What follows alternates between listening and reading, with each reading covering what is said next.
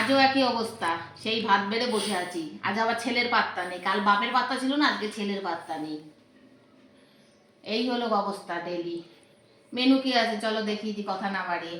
তবে হ্যাঁ, আজকে আমাদের একটা মানে কার্টুন চরিত্রের সাথে মিল হয়ে গেছে আমাদের।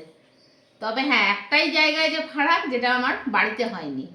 সেই শিনচ্যানে বাড়িতে সিমলা মির্চ হলে সেই সিমলা মির্চ দিয়ে সব কিছু রান্না, সেরকম ঘটনা ঘটে গেছে আজকে আমাদের।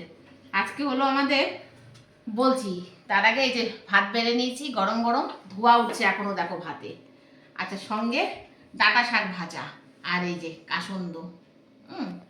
আচ্ছা, ডাল রয়েছে পেঁপে, আলু আর ডাঁটা দিয়ে মুসুরির ডাল।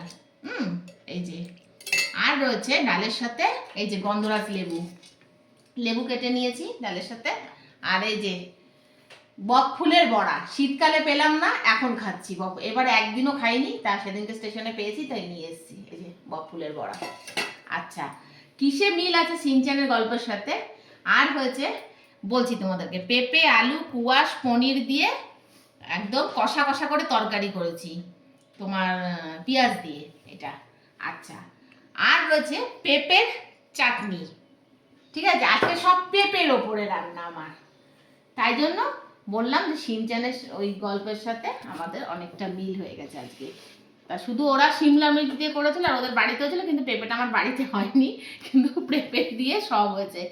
এ বলে গেছে আজকে পেঁপে দিয়ে প্লাস্টিক চাটনি করবে। আমি আবার কি করেছি, ডাল করেছি, তরকারি করেছি, সব করে ফেলেছি। কিন্তু আজকে মনে হচ্ছে তরকারিটা খুব ভালো হয়েছে, টেস্টি হয়েছে।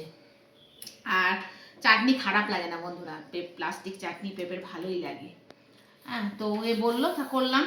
এই আজকে দুপুরের আমাদের আয়োজন। ঠিক আছে, দেখিয়ে দিলাম তোমাদেরকে। আর ভালো না বলো আয়োজনটা? নিরামিষে বকফুলের বড়া দিয়ে ডাল দিয়ে খেতে একদম কিন্তু জমে যাবে। আরও এখানে ওয়ের একটু মাছ রয়েছে, এটা ওঠাও, একটু মাছ রয়েছে কালকের, আর একটু ডাল রয়েছে আগের। তো যাই হোক, এই সব রয়েছে আজকে খাওয়া, কিন্তু ভালোই খাওয়া দাওয়া।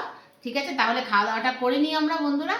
তোমরাও লাঞ্চটা সেরে নাও, কেননা বেলা বাড়ছে, বেশি দেরি করে লাঞ্চ করা উচিত না। যদিও আমি টিফিনটা আজকে অনেক বেলা করে করেছি, খিদে নেই একদম, তাই অল্প একদম ভাতে। ছেলে বললো মা একবারে খেয়েই নাও, ঝামেলা হাঁটাও। আমি বলছিলাম পরে খাই, তা বলছে ছেলে বলছে না খাও, খেয়ে নাও।